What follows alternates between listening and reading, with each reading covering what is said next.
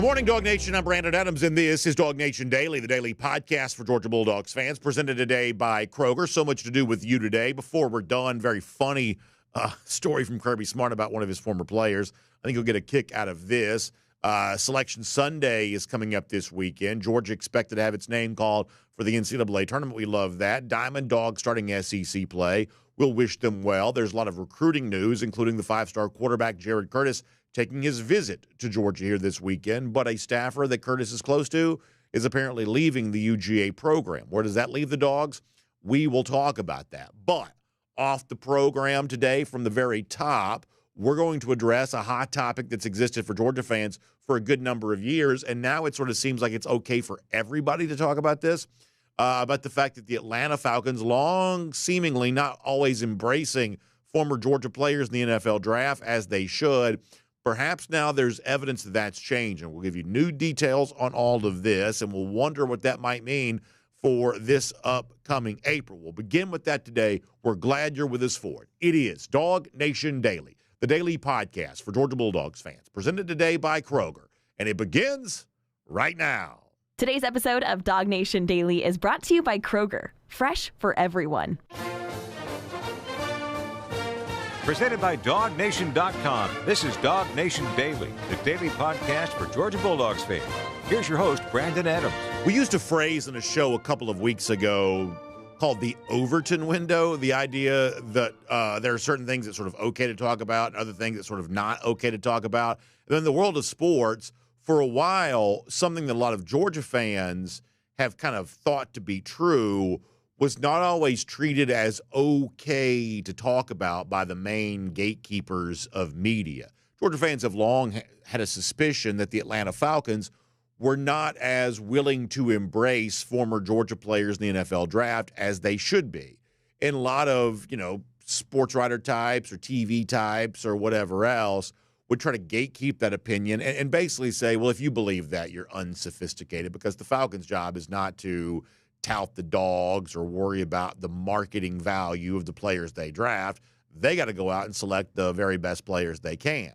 And that was kind of the line on that if you think Atlanta should be drafting so-and-so just because he went to Georgia, then you're basically unsophisticated. That's what the rules of the conversation were for quite some time. Then, lo and behold, the Philadelphia Eagles go out and win a Super Bowl by doing exactly what we just described, taking players almost essentially because they went to Georgia. And now it seems like the parameters of the conversation have shifted. We've discussed this before, where all of a sudden now it's sort of okay to notice, wow, Atlanta's not really doing what Philadelphia has done, and Philadelphia has made for itself a good number of fans within Dog Nation because of their embrace of Georgia. Maybe the Falcons should be doing more of this kind of thing. It's become a lot more okay to talk about this than seemingly it used to. Georgia fans have been saying it forever. Now it seems like some of the more mainstream voices are perhaps starting to agree. This came up on our show a little earlier this week when our guy, Davin Bellamy, who did not play with the Falcons in the NFL, when he was in the NFL, he was with the Houston Texans. But Davin, the former Dog, just kind of evaluating Georgia's pro day, everything going on there, recognizing that suddenly, boy, you got a lot of, Terry Fontenot, Raheem Morris, guys like that. You had a lot of Falcon presence there at I should say, in Athens for the pro day. Davin Bellamy sort of called it like it is on the show on Wednesday, saying, when it comes to not taking Georgia players, this is a mistake that the Falcons have made in the past. Davin discussed that on Wednesday.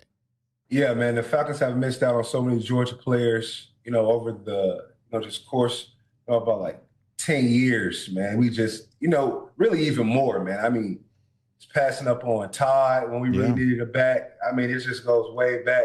Maybe with Raheem Morris being, the head coach and having more respect for Georgia players, we may see, the Falcons go grab McHale, but I definitely think with Leonard Floyd being there and having that vet presence there, but the Falcons also need their pass rusher for the next, 10 years. And we haven't drafted that bona fide blue chip guy, on the edge. And if McHale's there, man, we can't pass up another dog, man. We can't pass up another dog, especially when you see what the Eagles are doing. We just can't pass up another dog in Atlanta. So, listen, that's a strong statement from Davin Bellamy. He references, years ago when Atlanta drafted Vic Beasley, who ended up being a bust, had one good year, but ended up being a bust other than that, drafting Vic Beasley when they could have taken Todd Gurley, who went on to have a career in which for a number of years he was arguably the best offensive player in the NFC, one of the most explosive players in the game. Atlanta could have had him, took Vic Beasley instead. Then a few years ago, you can sort of think about the opposite thing happening, where Atlanta takes Bijan Robinson, who's probably a pretty good running back, no real dispute with Robinson being a pretty good player, but they could have drafted Jalen Carter. And Carter is one of the most dominant forces in the game, and we believe he's only set to get better. So there are lots of instances. You can go back to my childhood and sort of reference a lot more of these too, where, player on the board Atlanta takes could have taken the Georgia player maybe at the same position or of a similar value, and that is a decision, an error that has plagued the Falcons for a good number of years. Davin sort of cites one of those examples. But as I said before, while I think it's undeniably true that they've made some mistakes in this regard in the past, there is reason to believe that maybe this is starting to change. I couldn't help but notice on Twitter yesterday, we'll call it X now, Atlanta puts up on its official account a post celebrating Leonard Floyd's signing, but doing so from a decidedly Georgia perspective. I think this is really interesting. If you're watching a video, I'll show it to you. If you're listening radio podcast, I'll describe it to you. So it's a beautiful picture of Leonard Floyd, who, as Davin Bellamy said, Atlanta just signed to a free agent contract, perhaps a little late in the game in terms of Floyd's career, which is sort of par for the course for the Falcons over the course of their history. But either way, Floyd's still a good player. And in celebrating the signing, the picture the Falcons show is of Floyd in his Georgia uniform. And the caption on the post on X was, "Ain't nothing finer," which is obviously a reference to the famous phrase that Georgia fans like to use. And then the other thing that I noticed, and y'all probably don't care about like social media metrics and things like that. That's kind of boring if you don't live in that world. But this particular tweet from the Falcons yesterday, paying homage to Georgia with Floyd in the Georgia uniform, using some of the Georgia kind of phrasing here, the tweet got viewed, as of this show this morning, 170,000 times. That's like 5, 6, 7, 8 times more than the average Falcons tweet has been viewed as of late. The average tweet going to get viewed, 30, 40,000 times. This one being viewed 170,000 times. So not only is Atlanta showing Georgia some love on social media, the overall engagement with that post far higher than the typical post. And a lot of us sort of suspect this is probably true, that if Atlanta wants to be more popular, the easiest way to be a little more popular is to hitch their wagon to the most popular football team in this state, which is the Georgia Bulldogs. I would suggest that maybe some of the hesitation about this in the past may be related to that very fact of the Falcons may just not want to admit that there is a football team in this state bigger and more popular than they are. NFL is the big dog in the sporting world, but not here, not in Atlanta, not in Georgia. And maybe at times the Falcons haven't exactly wanted to admit that. Maybe now they're a little more willing to do so. The engagement on that particular post as it relates to Floyd, maybe that's an example of that. But we've also had, instance, go back, last year, and I forget, my memory just fades after a while, if this was Combine or the draft itself. Maybe it was Combine. Maybe that's when it was. But Raheem Morris, the Falcons coach, in a way that we haven't always heard in the past, was certainly willing to say some very complimentary stuff about Georgia and its coach Kirby Smart in particular. So if you're looking for evidence that, hey, the Atlanta Falcons, maybe they are, perhaps at least flirting with the idea of drafting a former Georgia player in the first round, the presence of Terry Fontenot and Raheem Morris and all those guys at Pro Day this past weekend, the way in which they're selling the Leonard Floyd draft pick here, all of that evidence of it. And if you want to go back around this time a year ago, Raheem Morris was certainly more than happy to say how much respect he has for Georgia coach Kirby Smart. Dog fans certainly like this. The Falcons may be a little more forceful in their embrace of UGA. This is Raheem Morris from about a year ago. Jealousy is my relationship with Kirby Smart, right? Let's go win some championships like that guy. They've done nothing but formulate a great program. And again, it starts with the people. Some good faces back here, Jordan. Sorry, Jordan. But just watching him win championships, it's been fun to see. It's been fun to see the acquisition of great talent coming out of Georgia. I know where I live now, is a big Georgia contingency. So, like, I got to get my Bulldog hats and be ready to support those guys and what they're doing. Obviously, that was from the NFL Scouting Combine. The backdrop gave that away.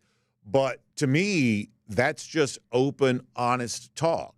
Morris says, hey, I'm jealous of Kirby Smart. He's winning championships. We want to win championships. There's a huge contingent of Georgia fans, right where we are. Obviously, I want to build a organization that's as successful as that program is. I don't think there's anything wrong with just being that open and honest, especially when you see a guy like, and we've played these clips a million times for you, the Philadelphia Eagles GM, Howie Roseman, just speaking as openly as he has about, how the Georgia culture has impacted their organization. We had Jalen Hurts saying something similar about the former Georgia guys when you want to go back prior to the Super Bowl. We've heard other NFL teams do the same type of deal, and frankly, other NFL teams on their social media, I saw where like the Raiders just signed Eric Stokes, and they were like, hey, we got another dog. It's like a lot of these other NFL teams don't think twice about touting Georgia on social media, speaking kindly about Georgia when they're talking to reporters. The fact that hasn't always happened when it comes to Atlanta, after a while, probably does start to get a little weird. Maybe it wasn't weird when it first started being noticed, but when it goes on and on and on forever, eventually maybe it does start to get, maybe just a little bit weird. But if it's ever been weird in the past, and if it is true that the Falcons are guilty of passing on Georgia players when they should have selected them before, maybe that's changing. We know when it comes to the NFL Scouting Combine, Atlanta only sent, and this is such a gimmicky Falcons thing to do, but nonetheless, they only sent defensive coaches to the Combine. They're basically right now only looking at defensive players. But when you think about who's expected to be a first-round pick from Atlanta, Dad was talking about Mykel Williams. That's obviously a guy that could certainly fit a need for the Falcons. Jalen Walker certainly could too, assuming he's still available when the Falcons pick at 15th overall. And a safety like Malachi Starks could also be someone they would consider what we believe is going to be a very defensive-heavy draft for the Falcons. Maybe these defensive guys from Georgia were thought to be first-round picks. Maybe they really are on the Falcons' radar. Obviously, Starks, who grew up here in Georgia, went to Jefferson High School. He was asked this week at Georgia's Pro Day about what it would feel like for him to get a chance to play his college football right down the road from where he grew up there in Jefferson, but also get a chance to stay in the state while playing in the NFL too. And as you would imagine, Starks thinks the idea of that's pretty good. It'd be awesome. I grew up watching Georgia. I got to play in my backyard. I grew up watching Atlanta. So just, kind of that same journey, that same story would be awesome. But I'd be lucky to go anywhere. So listen, I think that's great. And I think that Starks is always terrific when he speaks about those kinds of things. I guess my ultimate takeaway on this is probably two things. Thing number one is, I don't know that Atlanta is really going to draft a former Georgia player. Some of this, like the huge contingent showing up to Athens, feels a little bit like the idea that only the defensive coach is going to the Combine. It just sort of feels like one of those, and I hate to be this way, but one of those sort of gimmicky things that the Falcons sometimes do, kind of a more for show than for actual tangible benefit and value. And maybe the Falcons end up drafting some sort of small college guy, like it seems like they have done a lot, whether they've actually done that or not. It seems like they've done that a lot. Maybe that's what they'll end up doing again. I am certainly not here to sit here and tell you that I know the Falcons going to draft a former Georgia player, because I don't really put a lot of faith and stock in mock drafts, although we do see some of those mock drafts having a Georgia player going in that direction. Instead, almost what's more interesting is just the reaction to all of this. The fact that this has been talked about by Georgia fans for quite some time, and all of a sudden now it seems like it's sort of okay for everyone to talk about it and everyone to notice it. And as we said before, you probably only have the Philadelphia Eagles to thank for that, because they have leaned so heavily into the Georgia brand and it's benefited them to the tune of a Super Bowl. Now all of a sudden the Falcons have essentially been shamed into doing this, whether they want to do it or not. At least that's the perception it gives off. But let me also say this to wrap up this conversation. Let's say it does happen. Whether it's Mykel Williams or Jalen Walker or Malachi Starks or whatever else. Let's say the Falcons do draft a Georgia player high this year. I think Georgia fans might need to change their approach a little bit when it comes to the Falcons. And like the social media post about Leonard Floyd and Raheem Morris saying some of the stuff he said is also a little bit of an example of this too, because one of the things that I see, whether it's in our comment sections or on social media or wherever else, Georgia fans who are open to considering the NFL, not every Georgia fan has time for a lot of the NFL on Sunday, but for those who are open to consider the NFL, one of the things that we sometimes hear is a great deal of frustration from Georgia fans with the Falcons. Listen, hardcore Falcons fans are also frustrated with the Falcons, so that's not necessarily anything new. But one of the things that Georgia fans will say is, oh, I ain't going to be a Falcon fan. They don't draft Georgia players. And if they did, they would ruin their career and whatever else. That there's a lot of criticism. And the idea of like the carrot and the stick when it comes to motivation, Georgia fans sort of give the Falcons the stick a pretty good bit. But if the Falcons as an organization were to change their tune, then I think the ball might be in the court of Georgia fans to change their tune as well. And it might be time to reward the incentivized behavior. That if Atlanta really does more forcefully embrace Georgia, including drafting a Georgia player, Michael or Jalen or Malachi or whoever else, if that were to happen, then some Georgia fans who've been a little tepid, maybe a little lukewarm about their embrace of the Falcons, maybe it might be time for them to step up and reward Atlanta, give it the benefit of the doubt that there's a new tone for the organization and that the Falcons might be leaning into the UGA brand the same way that Philadelphia has to great success. So, in other words, you can't criticize them for not taking UGA players and then ignore them if they do. That some of y'all who've been, kind of on the sidelines with your Falcons fandom for the last few years, if they do get more involved in Georgia, then it might be time to show them some love and maybe give them the benefit of the doubt to see if the Georgia players can change the fortunes for Atlanta as much as they have for Philadelphia. By the way, speaking of Philadelphia, we got a very funny thing on the former dog in Philadelphia, Nolan Smith, before we close out today's show. We'll get to that here in a moment. Prior to that, though, my name is Brandon Adams. This is DawgNation Daily, the daily podcast for Georgia Bulldogs fans, presented today by Kroger. Boy, great to have you with us. Video 10 a.m., radio, Athens Sports Radio 960 Rev, podcast wherever you find them. So happy to have you as a part of our show. And happy to be able to tell you about some great stuff from Kroger, including, for the first time in a long time, we used to do these reads, and we haven't done one of these in a while, but I'm happy to let you know that Kroger Chef Jr. is on its way back from Kroger. This has been a Friday staple on our show for a long time, but our first time doing a Kroger Chef Jr. spot in a while, though. We love the guided kid cooking experience, a great way for you to kind of work with your family, your children, to sort of learn how to make some really cool stuff in the kitchen, kind of get more acquainted with like the nutrition and the food preparation process. It's all really cool. It's just $7 per child, and you get a chance to get an apron, a chef's hat, and a cooking tool, of course, a recipe card, badge, a lot of cool stuff. This month, we're making Indian chicken salad flatbread. How good does that sound? Indian chicken salad flatbread.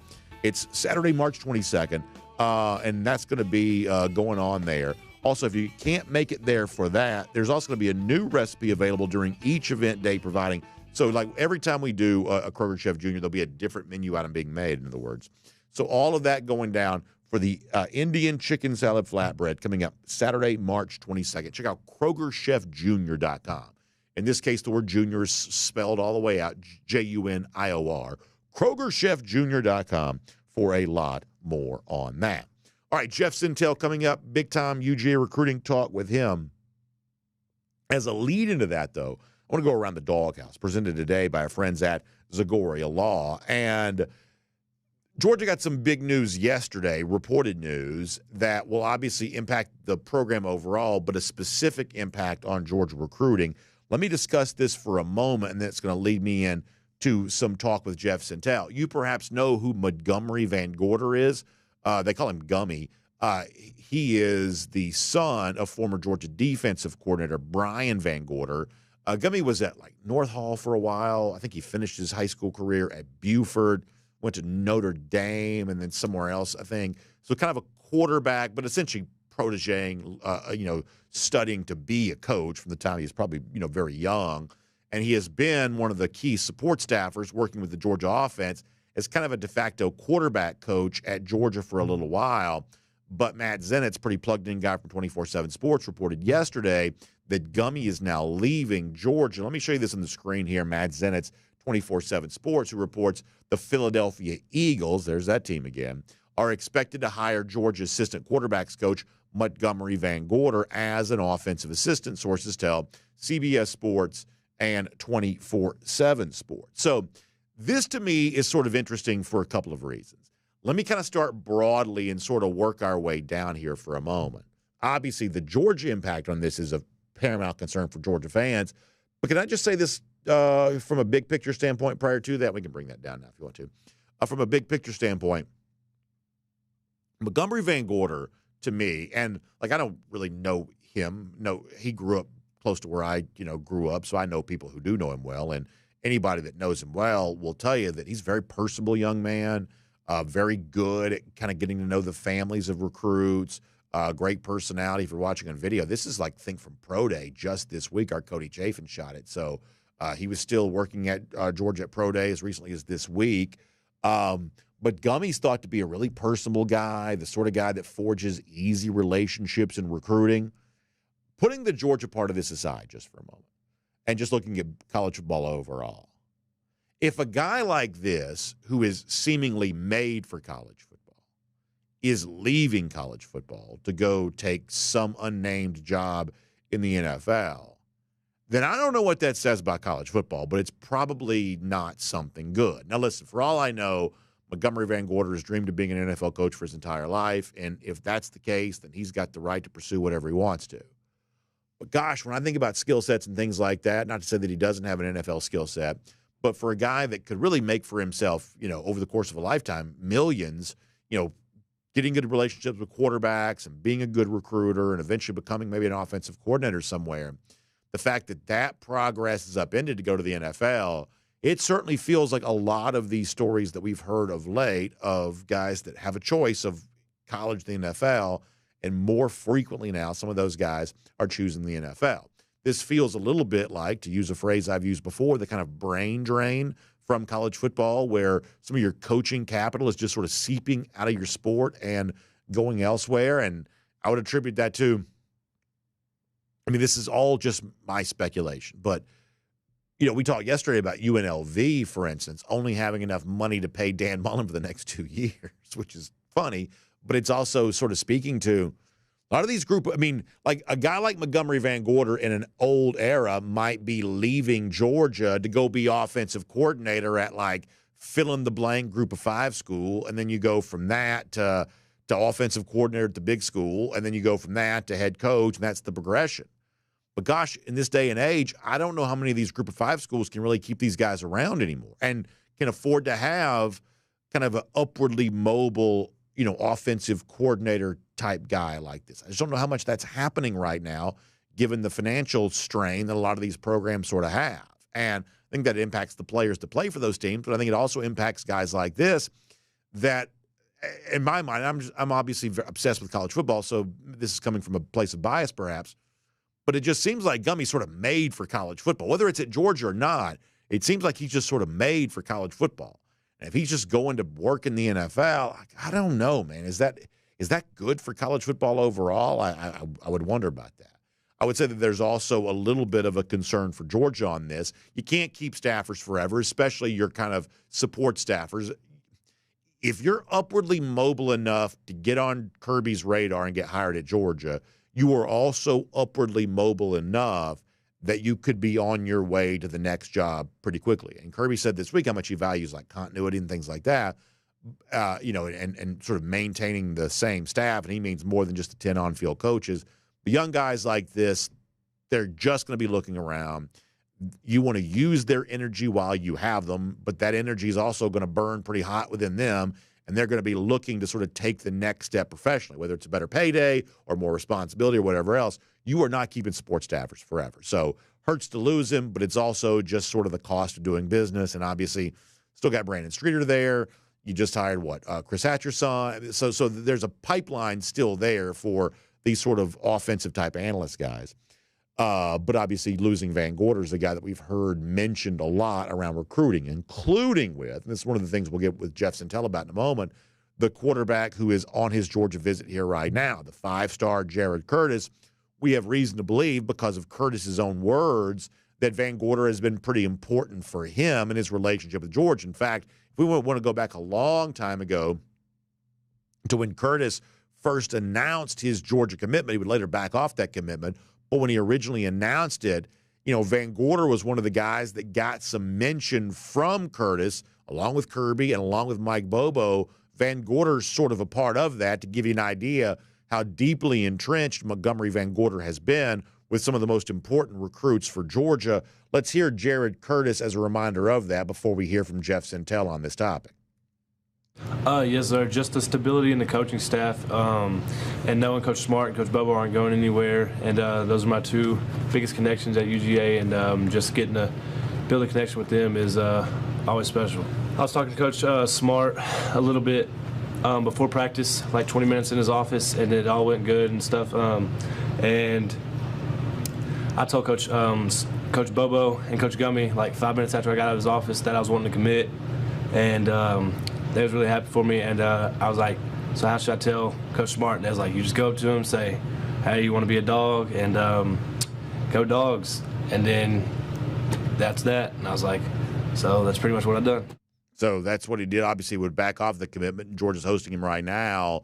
But you got to imagine the timing, not a coincidence that this news about Van Gorder comes out while Curtis is in Athens. You would presume that maybe he and his family were told about this on the scene there. Just a guess here, and I'm certainly not going to suggest that it's the absolute game changer about whether Curtis would or wouldn't come to Georgia, but you would have to imagine it has some impact, given the fact that in that clip, like many of the other interviews with Curtis, he would mention Coach Gummy, as they call him by name there. So this is an issue, I think, for college football overall, that young coaches like this are perhaps leaving the sport. It's a little bit of a challenge for Georgia because he has had some value.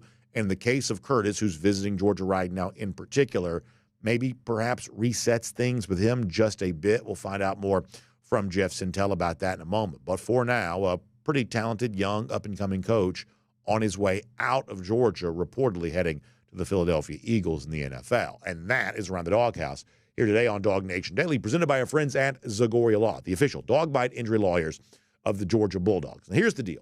This is one of those things where, as you sometimes say in life, it's sort of better to know about them and never need to use their services than to actually have this happen to you and not know who it is that can perhaps help you with this. Because if you're the one that sort of shows up and you see these stories in the news of the dog bite, or dog gets loose and knocks you over, injures you, sometimes it can happen to an elderly person or a child, something like that. If you have been injured, been bitten by a dog that wasn't yours, and you believe the owner was negligent or just not taking proper care of his pet for kind of how all this happened, well, that's like any other personal injury situation. There's I'm sure a level of compensation you believe you deserve for that. And that's what our friends at Zagoria Law want to help you fight to get. You can give them a call, 833-GA-DOG-BITE. It's D-O-G, of course, 833-GA-DOG-BITE. You can also find them online, ZagoriaLaw.com, Z-A-G-O-R-I-A, ZagoriaLaw.com. They literally wrote the book, and I mean literally wrote a book, about how to win cases such as this. It's a very specialized aspect of the personal injury law. The expertise they have, they want to put it to work for you. So if you've been hurt, you've been injured, you've been bitten, someone you love, if that's your story, our friends at Zagoria Law are standing by to help you right now. Give them a call, 833-GA-DOG-BITE, or online at ZagoriaLaw.com. Okay, before we're done, big news out there for other Georgia athletics. We'll talk about that tournament, SEC play for baseball. We'll have some fun with Kirby Smart. Really funny story about one of his beloved former players. All of that before we're done. But for now, Jared Curtis, the change over in the UGA staff, what's next for Georgia recruiting. Let's cover all of that ground right now as we welcome in Jeff Sentell here today on DawgNation Daily, presented by Kroger. From Athens and across the SEC or wherever the recruiting trail may lead, here's a DawgNation.com insider. Let's say hello to Jeff Sentell. And Jeff, I want to bring you in on what we were just discussing. And let me do it in the order I kind of did it a moment ago.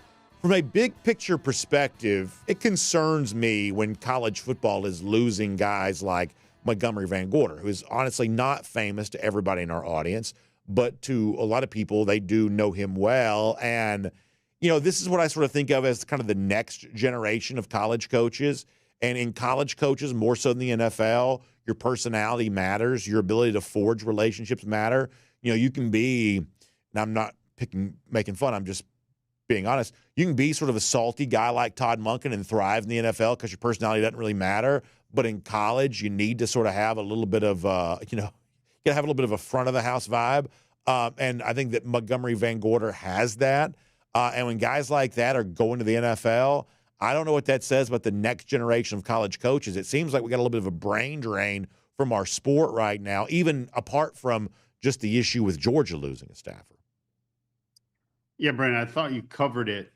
Excuse me, and good morning, everybody. I thought you covered it pretty thorough job when you discussed Todd Hatcher coming in when Gummy is departing.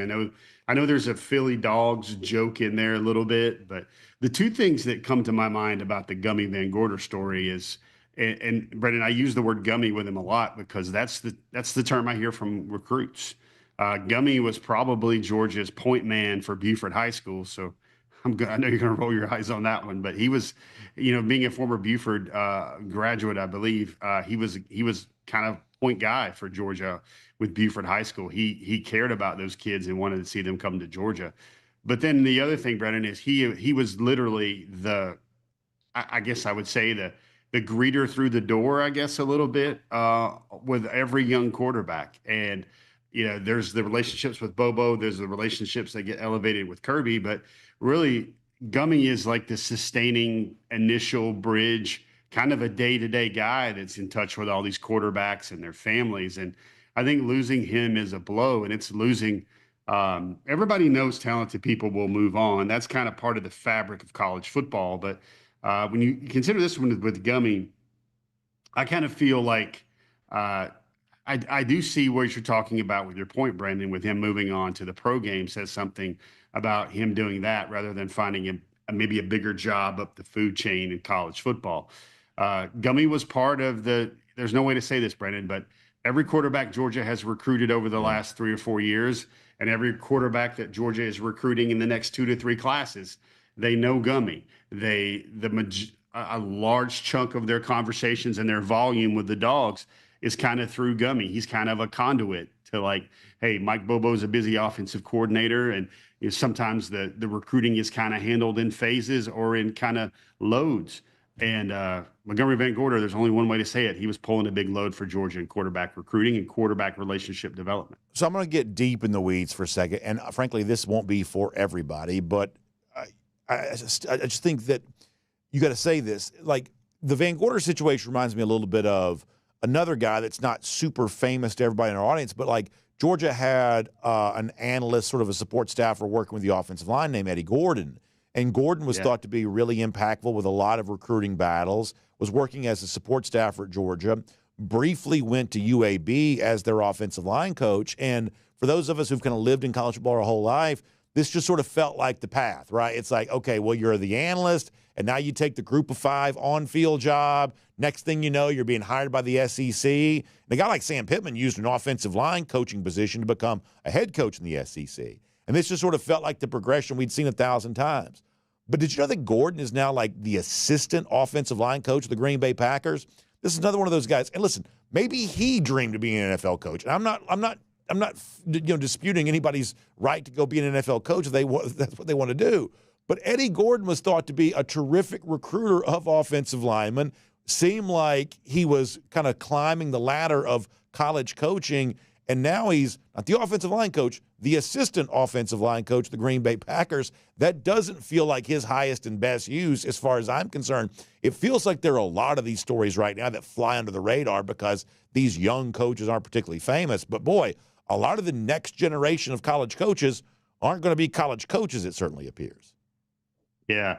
And Brandon, you say the word generational. I don't know if it's lost on a lot of our viewers, but my understanding, I mean, Montgomery Van Gorder is a generational coach. His father, Brian Van Gorder, a lot of people, he goes back into the Richt era a little bit, but that was a very successful defensive coordinator for the University of Georgia, among other schools. And then he moved on. I believe he was the head coach at Georgia Southern. He was also assistant coach for the Falcons and a couple other defense coordinator for the Falcons and a couple other pro jobs. But maybe that's the life of the coach, Brandon. But for me, the thing, and first of all, let's talk about the Hatcher hire too, because I think that was kind of a yin and yang situation. Is that's an offensive centric guy. That is the coach. Everybody knows the coach Hatcher at Samford. Georgia and Samford have had very cordial, warm relations over the years. They're very gracious when Samford comes into play in Samford Stadium. And, that's a guy that's more can speak the quarterback language. And I know I have every indication that Coach Hatcher is going to do a great job kind of filling in that role. But it's probably part of you talk about getting into the weeds, Brandon. It's probably part of kind of the greater story in college football, which is just the uncertainty and how it kind of just feels a lot like the NFL model with the new revenue sharing plan that's backed by the House settlement. But it's almost like you've got the hardest parts of college football are still there. Like you still got to recruit these kids. You still got to develop relationships, and then you got to hit the prices right as well. And that's what's different. Or maybe now the relationship has to work hand in hand with the salary slot they'll accept. I want to tell you about a story that I read this week, Brandon. I don't know if you caught it. You're a very busy man, but it was reporting by Rosh Dellinger of Yahoo Sports about how some of the schools, LSU was the focus of this article. They're talking about what schools are doing to front load the situation before the July 1st settlement takes into place. And in the case of LSU, they were trying to round up like $13-14 million to handle spring transfer portal recruiting, but also to front load the contracts of some of their core players, perhaps their freshmen, so they can pack that money, which would be an uncapped year. They can pack that money in advance for the player. That way the price tag won't be so heavy in the years to come. And that's kind of crazy, Brandon. When you're talking about maybe guys you just signed and that they're looking good in spring, and you're going to go ahead and break off like $2 or $3 million for them that will kind of cover the compensation plan through their deal. Very interesting things that are happening in college football. And I kind of never really thought we'd be a part of it talking about college recruiting. So let me move specifically to Jared Curtis, who we played the clip from a moment ago, mentioning Van Gorder by name, losing a staffer that Curtis is close to, and I'm assuming maybe Curtis hearing about that here this week while being at Georgia. How much of an impact do you think this has on Georgia's recruitment of Jared Curtis as Curtis gets a chance to see UGA in person again here this weekend? I think it's part of the story, Brandon, but I don't think it's the story. And what I mean by that is I even think that clip you offered up, everybody knows those analyst jobs will move on. Like the one thing that Curtis has always said to me, both him and his family, is he wants to know who his offensive coordinator and his head coach is. And the stability at Georgia, besides the winning, besides the location, that was what really spoke to him and his family about a great connection and a great fit. Like, I know that I've heard these stories shared with me from the family that probably from the first time that they went and saw a Georgia practice, they felt comfortable with Georgia. They felt comfortable. You see the staffer right there, Coach Van Gorder, right off his shoulder there in the stands. They felt comfortable at Georgia. They felt like they liked the way Georgia practiced. They liked the way Kirby ran his practices. It felt like, quote unquote, home there for them. So now you've got Oregon, obviously some might even see as the team to beat here in this recruitment. And they're kind of posing all those issues for Georgia to win this race in terms of, the salary cap situation and how much you would offer a quarterback. And, with a case like Curtis, one of the things I wrote about a couple of weeks ago to make sure our DawgNation people were well informed about it is like, listen, this number is going to cost about $2 million per year. And if you've got $14 million, $13.5 million to spend on your roster, that's going to take up about 15 or 16% of your total parlay or your total outlay there for your college football program in the SEC. And Brandon, he won't play for a year or two, and you still got to pay your starter. Now, the Dellinger article I mentioned earlier, if you front load some of that money, then perhaps the figure for your freshman quarterback doesn't need to be that high because you can front load it in terms of, okay, there you go. But, you know, that's something to think about there, but it's something you probably should be thinking about with your freshman backup and not the one you're trying to bring in. The Curtis recruitment, Brandon, is definitely complicated. I think eventually, you know, agents are involved. And I said this on Hedges, and I still feel this way, that he's seen Oregon, he's seen Georgia back to back. I think he will have a good chunk of his answer after this weekend. And then I believe the agent will get involved, and you're just going to see what numbers work there in terms of the fit, in terms of the overall, you know, where he wants to be, where he wants to spend years of his career. The one thing that makes it feel a little bit less risky on the Georgia side here is, you know, these deals that you're starting to put together for these prospects, you can include buyouts from other schools where it's like, okay, you're not going to try to develop a kid. You're not going to maybe give them some early NIL, and then you're going to try and find a way to, you know, the young man may leave and you might lose that development piece and go off to another school. So I think that's one thing that makes it feel a little better on the risk management involvement right there. But Brendan, let's be very cautious about this because we've seen Georgia. They hosted Jaden O'Neal this weekend. Bo Bentley is expected in town next weekend. There's Landon Duckworth, who's already set his official visit recently for May the 30th as well.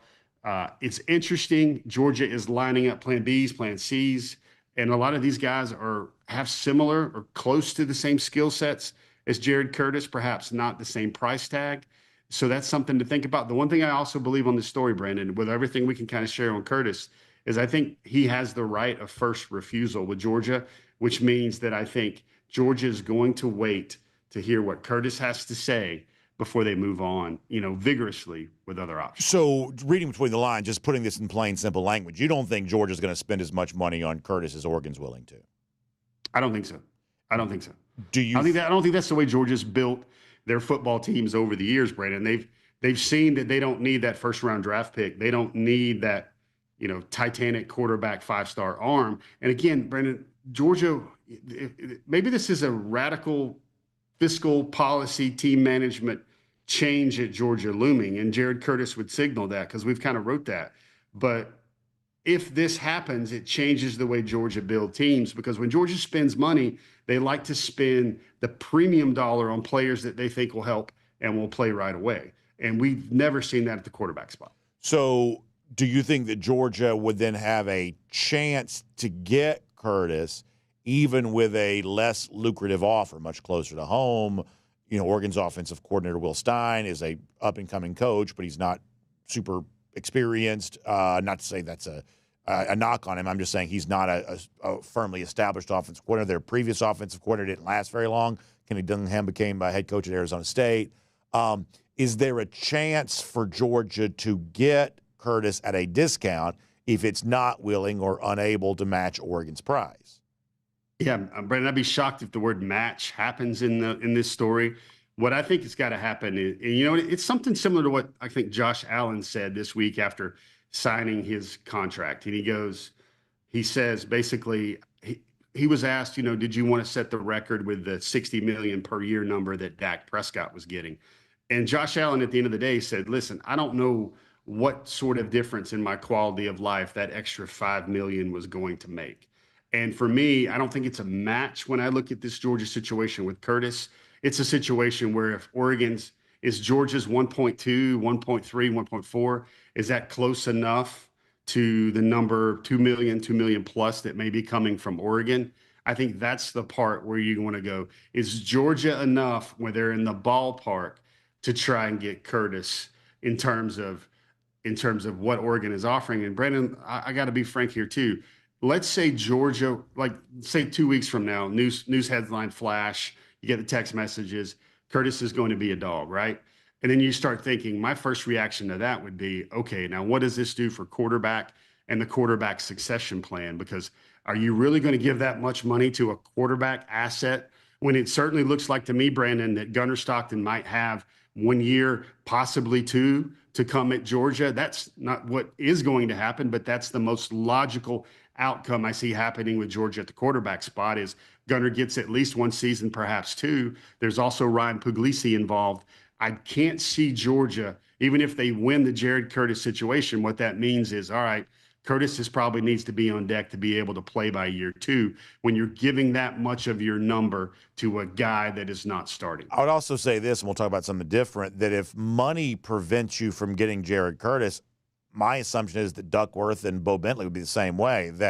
I don't view either of those quarterbacks, financially to be, all that, easier of a haul than what Curtis is going to perhaps require. They seem like pretty high dollar quarterbacks for me too. So if finances were to keep you out of the Jared Curtis business, I'm assuming that Bentley and Duckworth would be the same way. Yeah, let me give you a little insight of the way I look at it, Brandon. I kind of look at it as Georgia. I think their quarterback plan, they're going to be good, quote unquote, Georgia good, with any sort of succession that happens between Stockton, Puglisi, Montgomery for at least 2 or 3 seasons. That's the way I see it. I think Montgomery can play ball. He's a very capable player. Georgia, quote unquote, has gotten him on a discount as well. So if you're telling me, Brandon, and it's going to become this way, if you're telling me that you can either have Jared Curtis or you can have a 75% of the max bid for Mark Bowman and then also Jackson Cantwell, which are you going to take, Brandon? Those are 2 guys that could play a lot quicker at Georgia. You get 2 players for the price of 1. I think those are the things you have to start looking about when quarterback feels like you're good for the next 2 or 3 seasons at Georgia. I know everybody wants to see the 5-star dual threat that's going to throw for 3 touchdowns against Texas and run for 2 on the ground. Curtis can do that. Bo Bentley, in my opinion, Brandon, Bo Bentley is going to cost not as much as Jared Curtis. And you look at that film, Brandon, he looks very much advanced in his game and is ready to play as anybody Georgia is recruiting right now, including Mr. Curtis. Okay, let me just say this real quick, though, that, certainly I hope that Georgia's in good shape at quarterback forever. But if we're being candid, Georgia's got less established quarterback depth than any of the kind of perennial championship contenders. And they frankly have less established quarterback depth than almost any team in the SEC. Even teams like, say, for instance, like Auburn, which is obviously, right now kind of an also-ran team in the SEC. I would say on paper, far more quarterback depth at Auburn than exists at Georgia. Same thing for LSU. Same thing for a lot of programs. There are just a lot of programs that have more quarterback depth. For instance, Georgia's presumed starter this year, we've barely seen him play. Now, I like what I saw when he did play, but we've barely seen him play. I can't make grand proclamations about something I haven't seen, and that's the starter. The backup hadn't played diddly squat yet. So I can't say anything about Ryan Puglisi. He looks good in a 9-second video. I can tell you that much. In these little 9-second videos that are all over the internet, I like what I see. But the starter has barely played. Puglisi has not crossed over that line on the field essentially at all. So when it comes to, what Georgia is at quarterback, I just think you got to be honest right now. I'm not trying to be fatalistic because both these guys may be great, and then the next guy may be great too. I'm not saying it won't happen. I'm just saying when it comes to making decisions about quarterback, the absence of established depth at Georgia has to be a part of this conversation because Georgia is as thin at quarterback as any of the major programs based on what we think we know about these guys right now, which is essentially nothing. Brandon, I like it how you say fatalistic. I guess I get to be optimistic here, good dog, bad dog, or whatever. But it may be short-term memory, Brandon, but when you say that, you make that point, I just think about Carson Beck. And that was the same situation with Carson Beck replacing Stetson Bennett in 2023. Now, of course, the playmakers weren't there that Carson Beck had as a comfort zone in 2023. But here's what it is, Brandon. I know what I know and I see what I see. And Carson entering Georgia, if you put me eyeball to eyeball, Puglisi and Montgomery are similar talents to what Carson was entering Georgia. Now, Gunner, you could say Gunner behind Carson was also the same way. Hadn't played, was a 2022 top 10 quarterback. That's what Ryan Puglisi was when he came out. He was a top 10 quarterback. Same thing for Ryan Montgomery. Those are both top 10 quarterbacks. The thing that gets interesting for me in terms of Georgia's quarterback plan is, Puglisi is a great young man, hardworking kid, wants to compete, gets it, doesn't mind waiting his turn. But if you're telling me that Gunner Stockton might be Georgia's starter for the next 2 seasons, that might be the quarterback depth issue worry I see there in terms of Pug's probably too good to wait 3 years to play at Georgia, to wait 2 more years to play at Georgia. We saw Ryan Montgomery when he committed to Georgia. He said for the next 3 to 5 years, he knew that he was going to have a built-in waiting period like Carson Beck did. So while it feels like it's not established depth, I have one other point. This is what I hear all the time.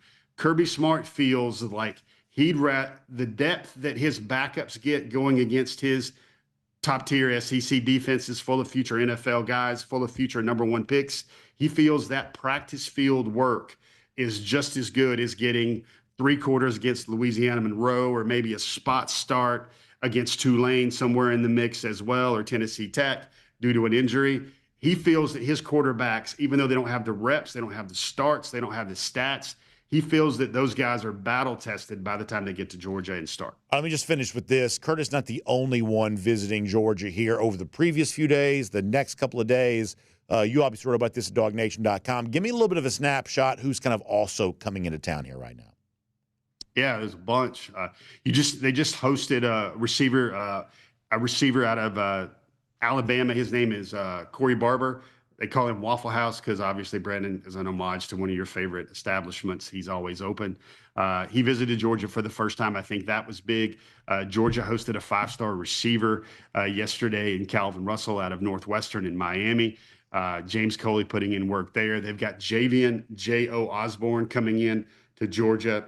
Javian Osborne's a top 10 running back, Brandon. He just visited Georgia back in January for a junior day. He really loved the place. He's already back for another unofficial visit. Brandon, he's scheduled his official visit for G-Day. Here's what's interesting about this kid, Brandon, is he's from Texas.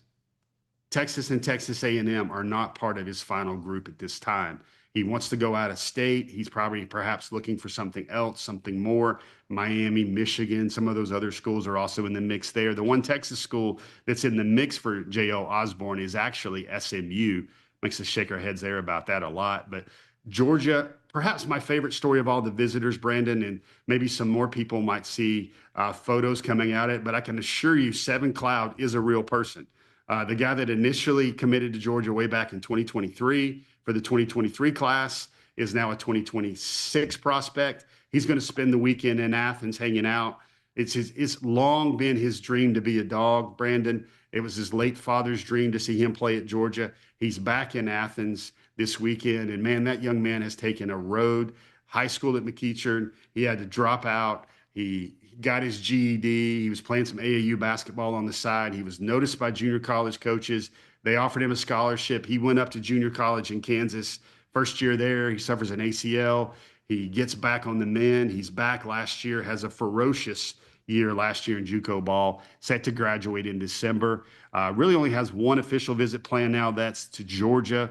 He told me he might take one to LSU and just in case, but that's a guy that's visiting, Brandon. Very rarely do you see a 2023 prospect that doesn't make it, go the JUCO route, and then recommit back to the school, Brandon.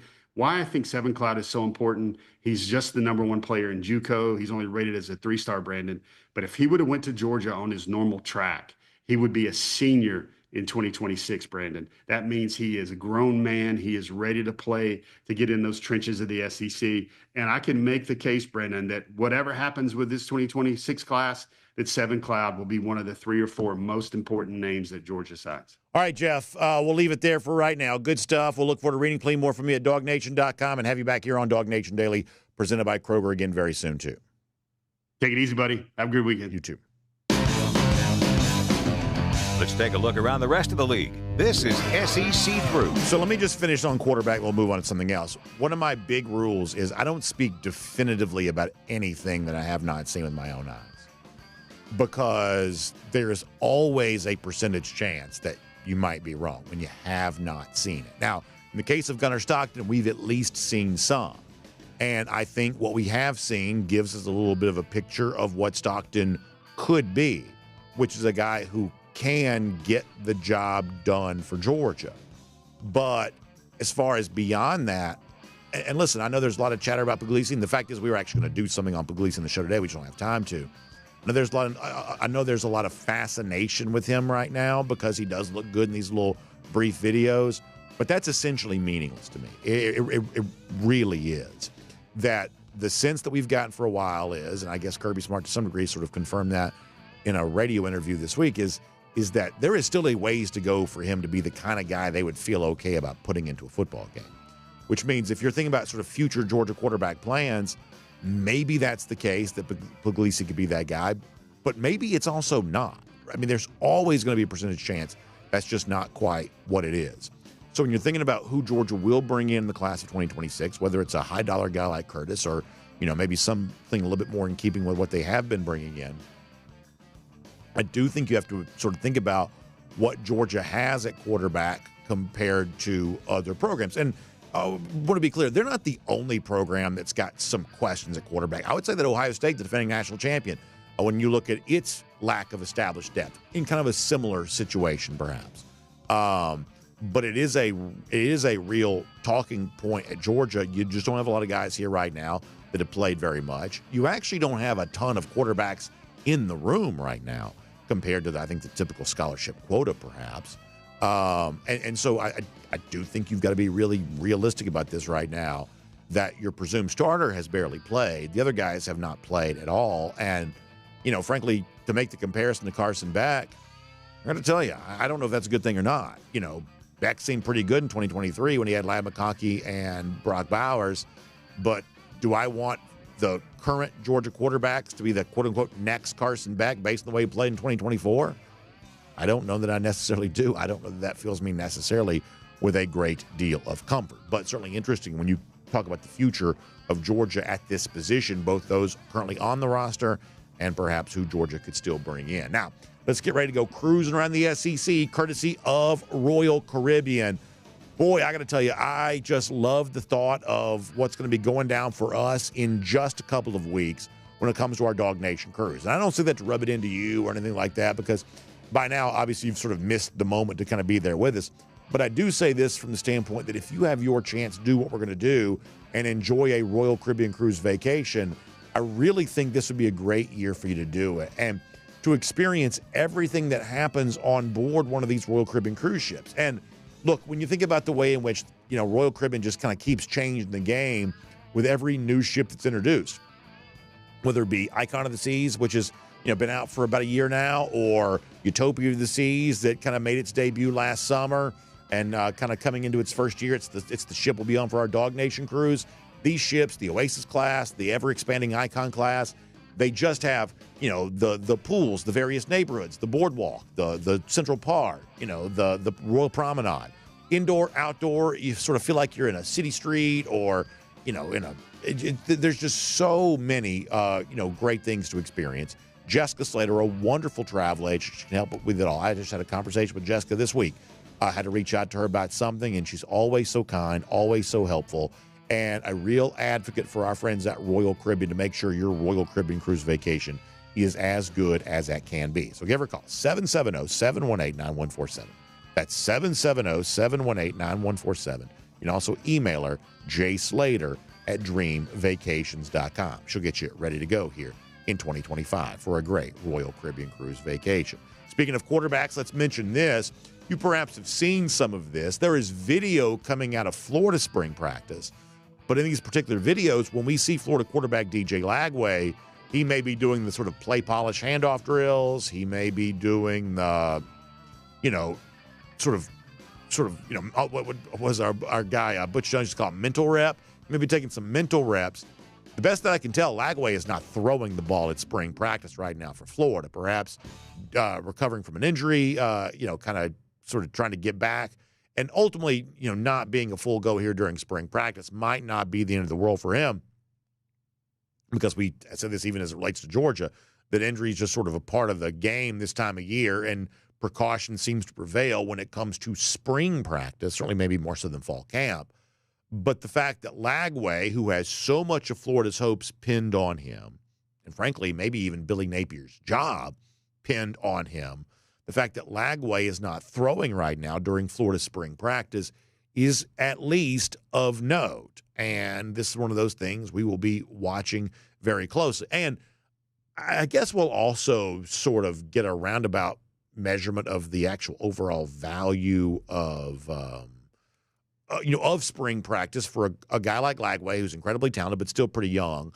Does the experience he get in the spring, if he were to get it, would it make him a better player? And do we see some rustiness from him this fall if he's not going through spring? Either way, this is something probably for now not a huge concern for Florida, I don't think, but it is worth monitoring that the franchise, and there is not probably a player in the SEC that kind of represents the sort of whole program, the franchise, more so than Lagway does.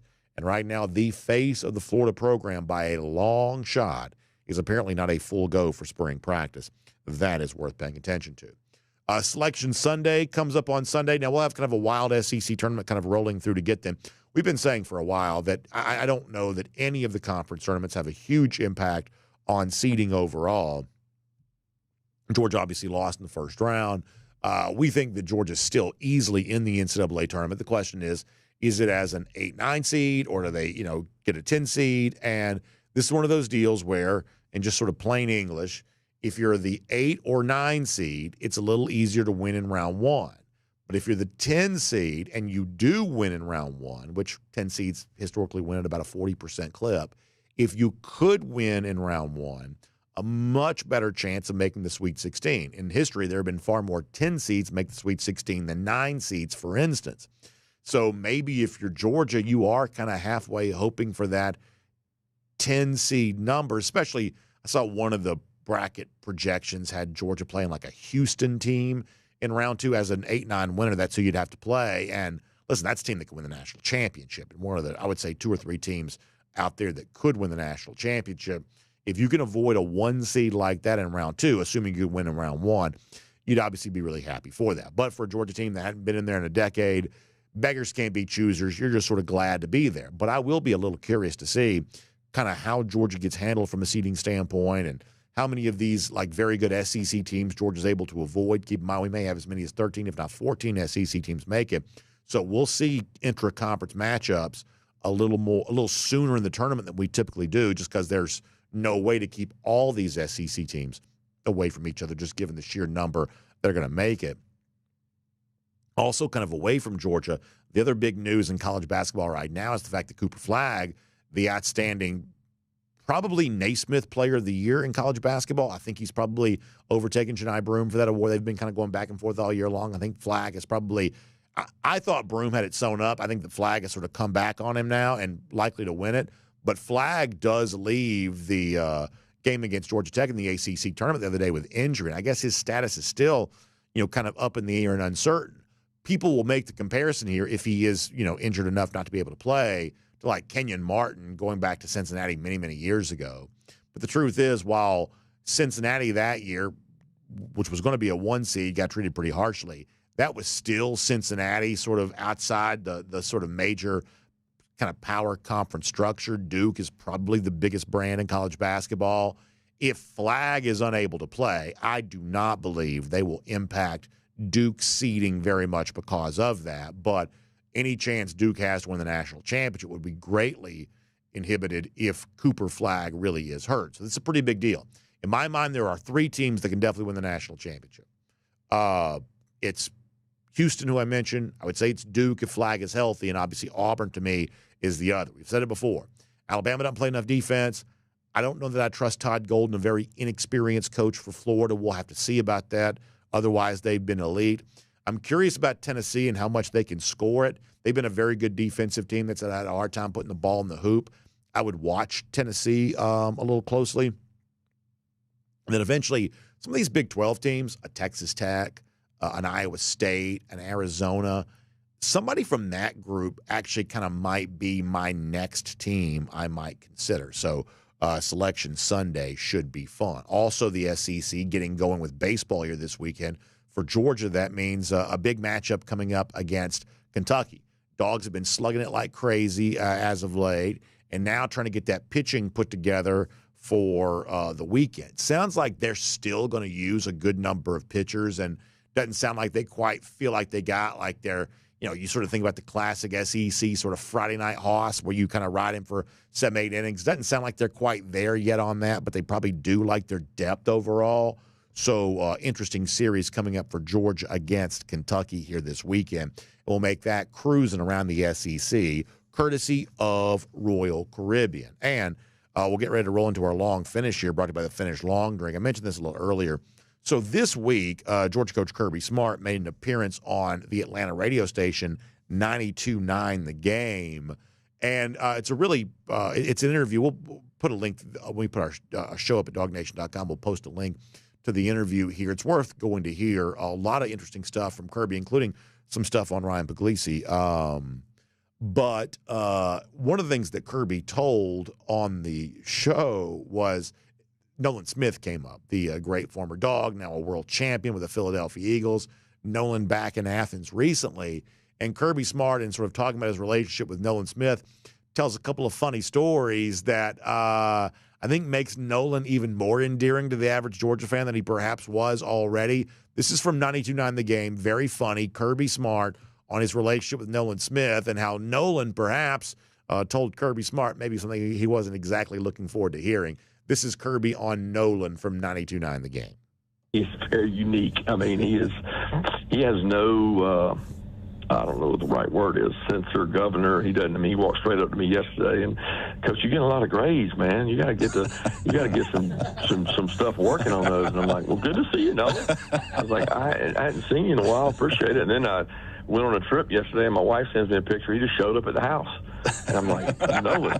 He's like, well, I want to go over here and see Andrew, Coach. And I just stopped by, and, Andrew's not there. And I was like, yeah, he's got school, and he's got baseball.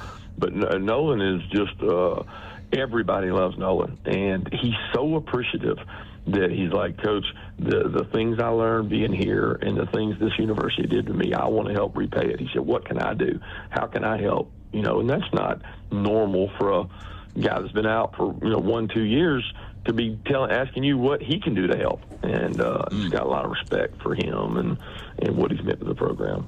So listen, the part there at the end about how Nolan wants to give back and make a contribution to Georgia. Unique. I think we love all of that. It's the kind of thing that we sort of feel like we already know about Nolan Smith.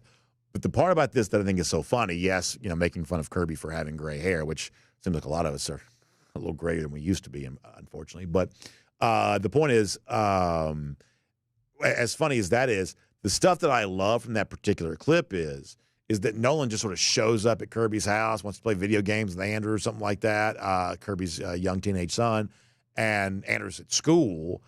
Like, this reminds me, and maybe some of you are like this, like when you're in high school, your friends, they just sort of show up at your house, like unannounced. They're just sort of there looking for something to eat or looking to hang out. And in this case, Nolan Smith is sort of just like that, except in this case, it's a first-round pick and a huge part of the world champion Philadelphia Eagles defense. And yet back home in Georgia, he's just sort of showing up at the coach's house, looking to hang up, just sort of looking to hang out for a minute. Like, there's something about that to me that is so funny. Kirby Smart does a great job of telling that story. But Nolan, even after all the success and the growing fame, is still just sort of that guy that he always was at UGA, and he grew up being there in Savannah. I think that's awesome, and that's one of the reasons why Georgia fans are such big fans of Nolan Smith. And that is our long finish, presented today by the Finnish Long Drink. Getting ready for a great weekend.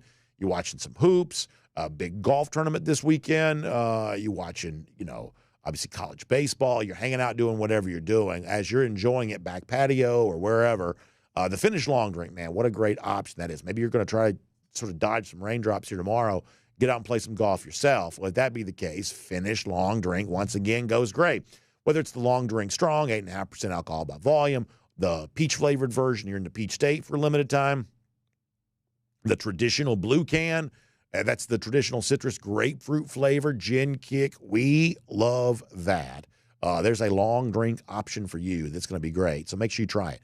Go online, thelongdrink.com, and you can learn more about that today. You can drink it straight out of the can. You want to pour it over ice. It's a mixed drink that you don't have to mix yourself, and who wouldn't want that? It's online, thelongdrink.com. Find out more about the Finnish Long Drink. And it's great to have the Finnish Long Drink. It's part of our long finish here on DawgNation Daily.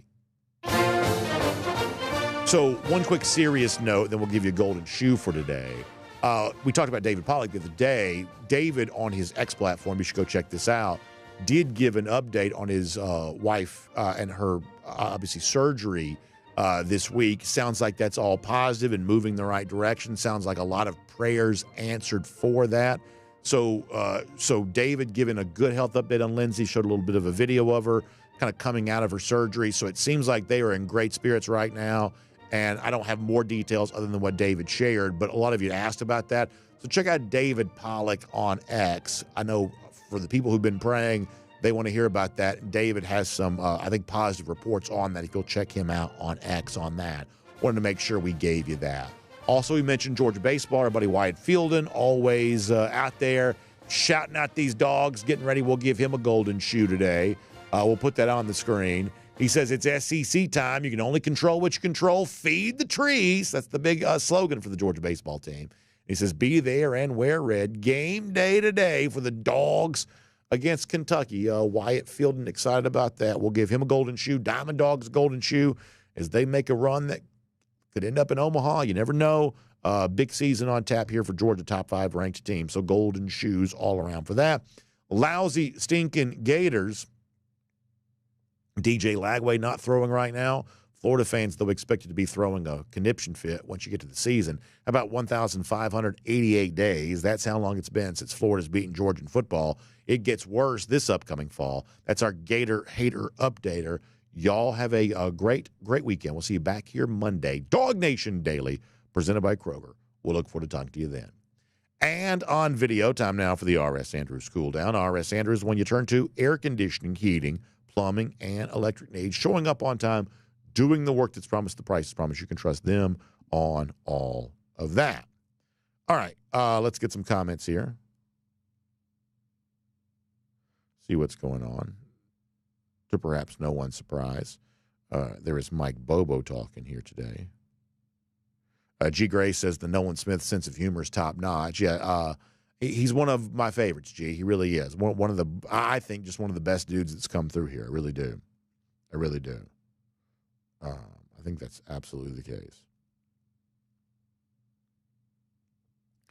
All right, let's see what else. RJ from Atlanta says, how about Dan Jackson's the future safeties coach at Georgia? Maybe that's the case, but luckily we believe we get a few years of enjoying Dan in the NFL before anything like that ever happens. Obviously made a nice, strong showing at the Pro Day here this week.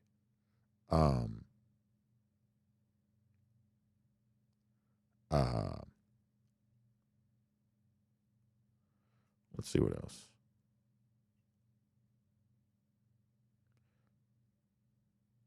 Alex Waller says, if we do have a spring game, how cool would it be to invite the Philly Dogs and show them some love for their big Super Bowl win? I know it may be difficult to do with scheduling, but springtime, oftentimes a good time to kind of get guys back for that. And this is one of the things that Georgia has been pretty – it's one of the reasons why I'm a little disappointed that, for instance, other day, like Dan Lanning, the Oregon coach, kind of cut from the Kirby cloth, was very forceful in his belief that Oregon needs to have a spring game. A little disappointed, and at this point, I'm going to give the topic up. I have said my piece about this. I've tried to push it. Whatever happens is going to happen. But part of the reason why I am disappointed about that is that Georgia typically does a pretty good show for spring game. You'll bring in recruits. You'll bring back former players. Like Georgia, it's never the huge crowd the way a regular game is. At least not anymore. After the 93 K-Day to begin the Kirby Smart tenure. But Georgia has always made the game feel like a game. You have the kind of stuff happening, on the sidelines and in between the breaks that kind of make it feel special and big.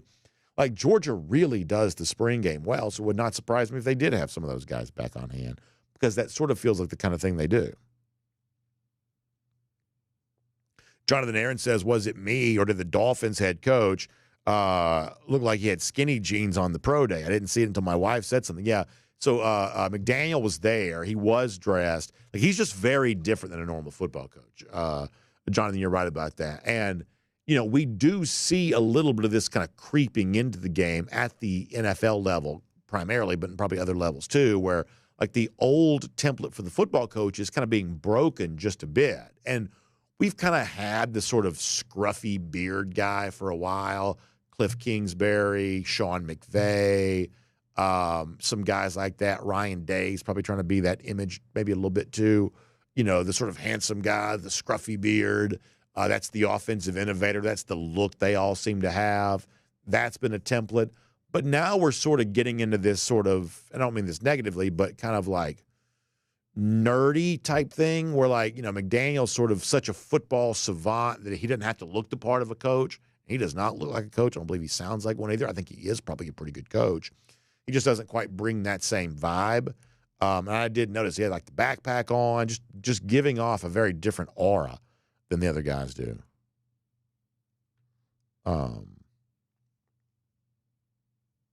Gary Roach talking about the feeling you feel as a coach when your former players want to come back. Yeah, that's a big part of it, man. Those relationships that you forge and enjoying those forever, that's a big part of it. You're right about that.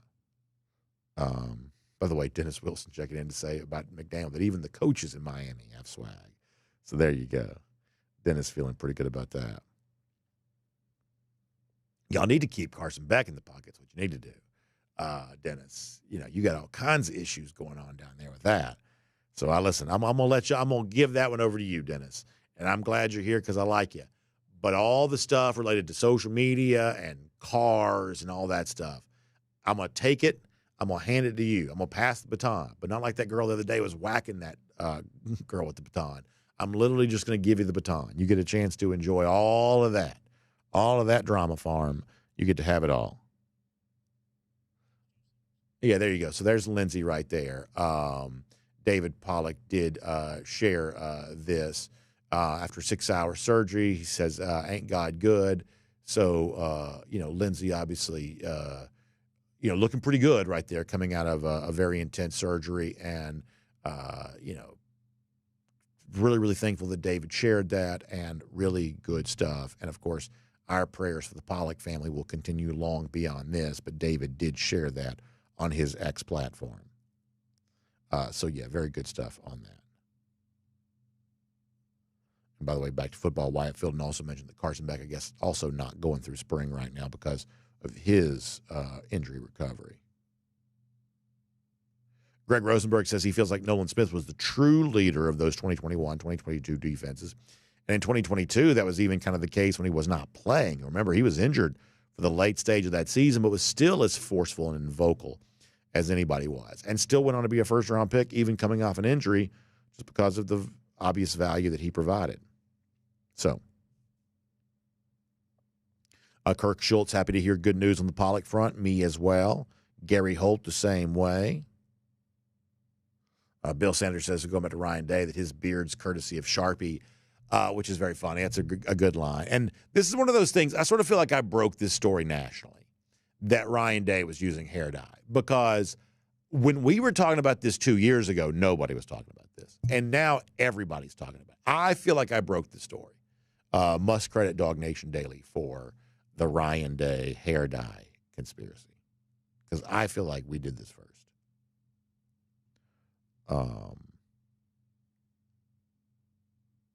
Marshall Fleming says, speaking of Ryan Puglisi, if he's not ready after 2 springs and 2 fall practices, and he had a whole month of bowl practice as 1 and 2 snaps, he'll never be ready. That's 2 years, basically. Yeah, I don't agree with that at all, Marshall. I don't agree with that at all.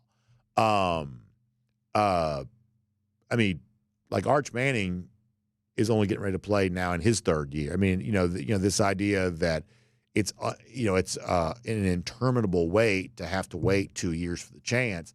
Maybe that's the case. But look, here's the other thing, and I'm just going to be as honest as I possibly can be for a second. When it comes to the rumor mill, and around Georgia, a big program like this with a lot of interest, there's always going to be a pretty robust rumor economy. I think you have to pay attention to what you don't hear. So, like, for instance, this week there was chatter about Zachariah Branch. Previous weeks this year during winter workouts, been chatter about, Noah Thomas, that when some guy's like really doing something, there'll be good chatter about that. More than just Warren Brinson, there's been good chatter about Elijah Griffin. That in the rumor economy, some guys just sort of have a little buzz around them. But you got to also notice the dog that isn't barking. And I really haven't heard that much about Ryan Puglisi since he's been here. That could change at any time. And in the case of Carson Beck, it did change. We went from not hearing much about him to, suddenly he was in a position to be the starting quarterback. So sometimes it can change. But, this is just sort of the obvious next step for players. A lot of times in year one, they're just sort of lost, and they're just trying to sort of catch up and get acquainted with the situation. And then now in year two, you got a chance to sort of make a move. But, I just think this thought that somehow Puglisi's going to overtake Gunnar Stockton, which, some people have talked about, that to me just sort of gets filed in the same category of the backup quarterback's always the most popular guy on the roster. That's just sort of what that old football cliche. So whether it comes to, and by the way, we pushed back against some of this when it came to Gunners too. It's like, listen, even some people with a microphone were doing this, which was a little bit hard for me to take. But it's like, after the SEC championship, I had to listen to people telling me that Gunnar Stockton was going to be the greatest quarterback of all time. And that suddenly that this was this magical, ride. And we had to push back against that to say, listen, Gunnar was capable in the second half against Texas. My hope is that he'll be capable against Notre Dame. But let's not go crazy with the hype for Gunnar Stockton. Now, listen, a lot of people went crazy with it. As I said before, some of those people had microphones, which is not great. But, it's like the runaway hype train for Gunnar. And then when Georgia lost the game to Notre Dame, now after building a guy up, the same people want to sort of start tearing that guy down. Like, I just think all that stuff is just nonsense. That the more appropriate point of view is a little bit more even keel throughout the entire process. Thankfully, Gunnar got the job done against Texas. I would say, thankfully, he played well enough to win against Notre Dame. With this upcoming year, thankfully, I believe that Gunnar is probably, on the basis of 6 quarters that I've seen, set up to probably be a solid, capable starter who has a chance to get the job done. But now that some people have seen Gunnar, in their mind, they don't really see that as spectacular. This is not, Joe Burrow or whatever else in their mind. All of a sudden now it's like the fixation now goes, well, if Gunnar's not the spectacular prospect I was hoping he was, well, maybe, surely Ryan Puglisi must be that. But, that's the same thing that I think, if I'm being honest, we kind of fall in that trap sometimes when it comes to that sort of thing. Justin Ham on Facebook says, live game reps totally different than practice. Yeah, I mean, that ought to be your wish. Is Georgia in a situation where it can give some live game reps to Ryan Puglisi? And if so, then you could see an exponential level of growth. But for those of you who are into like rumors and you got people in your life who sort of know somebody who knows somebody who knows somebody, listen for what you hear and listen for what you don't hear. If you start hearing some stuff about Puglisi, more so than just the sort of wild assumption that he must be good because he looks good in a very short video throwing it, then that oftentimes is a precursor to something good happening.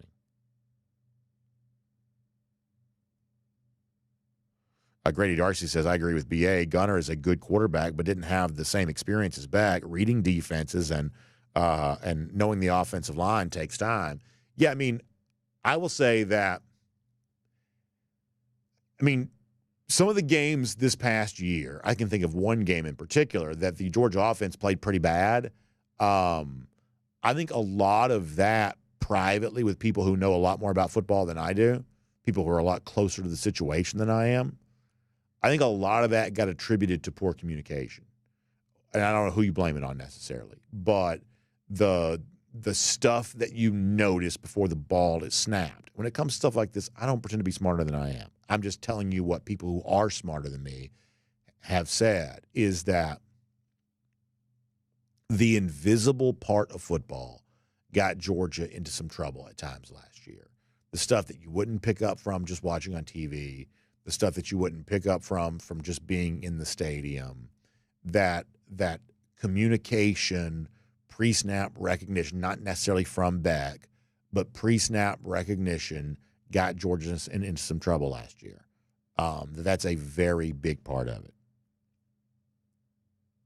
Brian Whitaker on Facebook says, bad weather coming in this weekend. Everybody please be weather aware. Sounds like it could be pretty rough. Yeah, you got to take that seriously. I have heard the weather could be bad. I don't know much about it, much beyond that, but I have heard that. So hoping for good news on that.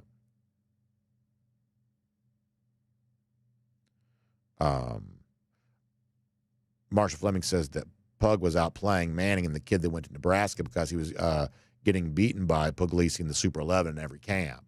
I just don't know how much stock I put into that because Raiola was starting for Nebraska this past year. Maybe. I just don't know. As I said during the show, I don't put a lot into what I haven't seen. I really don't. Like I can think of a lot of things that happen in camps, like famously, like Richard LeCount threw Devontae Smith over a bench in one of those reps during one of those camps. So I don't know how much stock I put into that. I really don't. Chastain Coleman mentioning the fact that Landon Roldan is wearing, as Connor Riley reported at DawgNation.com yesterday, is wearing number 84. So Georgia not worried about comparisons being too on the nose when it comes to Mr. Ladd McConkey. DT says to all quarterbacks, read defenses and not Snapchat and Insta DMs. Yeah, apparently that's the case.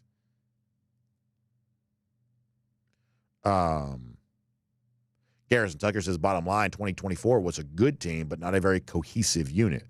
A few games on defense because of the leaders, but nothing like 2021 through 23. I think that's probably true. I mean, I do think overall the 2024 defense may have been better than the 2023 defense was, but your point about the cohesion, I think, is probably accurate.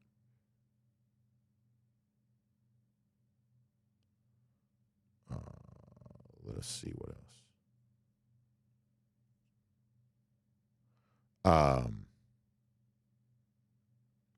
Alan Hampton says, with everything that Stockton has to offer, work ethic, attitude, talent, I believe he will elevate this team to great, to more of what we're accustomed to.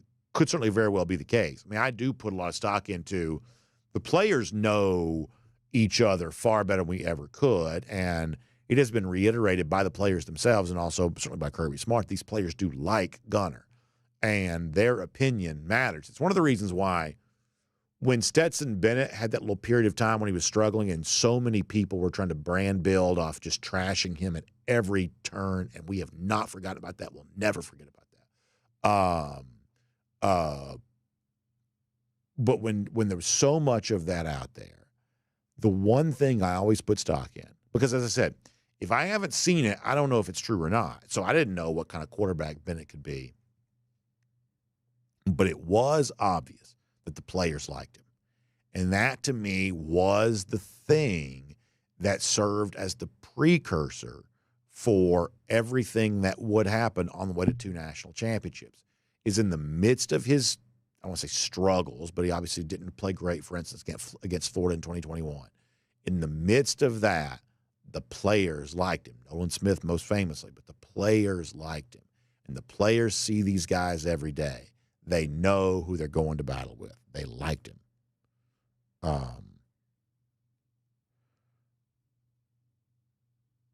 Let's see what else. Adam J. mentioning Oscar Delp. I think that of a lot of the guys who've been here and you're kind of wondering what they could be, to me, Delp is among the most interesting.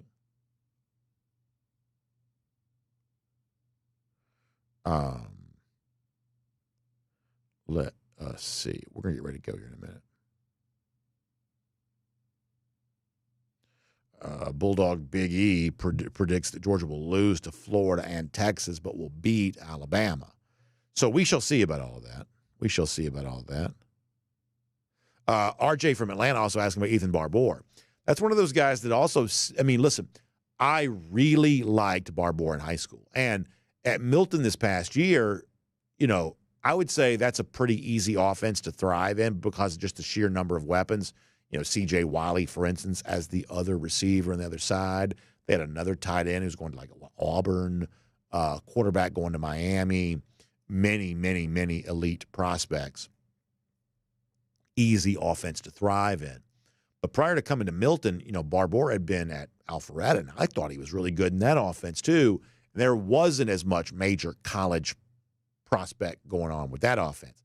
I think Barbour's pretty interesting playmaker, and I think from a recruiting standpoint, sort of always undercovered, meaning that other guys have gotten more attention, and some of the other guys that got more attention for legitimate reasons, valuable prospects in their own right. But yeah, I think that Barbour is pretty interesting. Now you say, well, can he play this year? I'll tell you another guy who gets a lot of buzz, and these are rumors. Who knows what's true and who's not? But you do notice what you hear.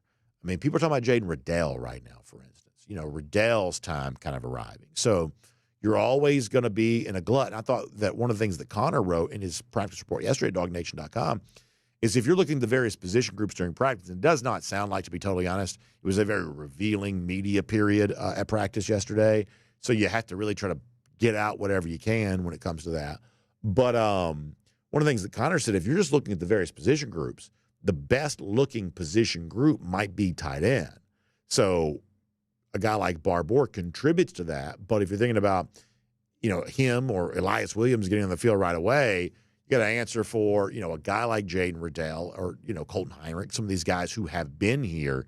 You got to sort of answer for that first. All right. What else? By the way, the Wolf jumps in to say not losing to Florida, so I'm happy to have him say that. Gary Old says, I think that Gunner throws a ball that'll be a little easier to catch. Gary, from your lips to God's ears on that, hopefully so. Scott Gentry says, which receiver are you most looking forward to seeing? I think for me, it's probably Noah Thomas. But then after that, I'd mention the two freshmen. I'd mention C.J. Wiley. I'd mention Talon Taylor. I do think that maybe more so than one of the freshman tight ends, one of those, if not two of those freshman wide receivers have a real chance to sort of step into this, competition for playing time. Back at DawgNation.com one more time before we go. Bill Camacho checking out. Bill, we appreciate you being here.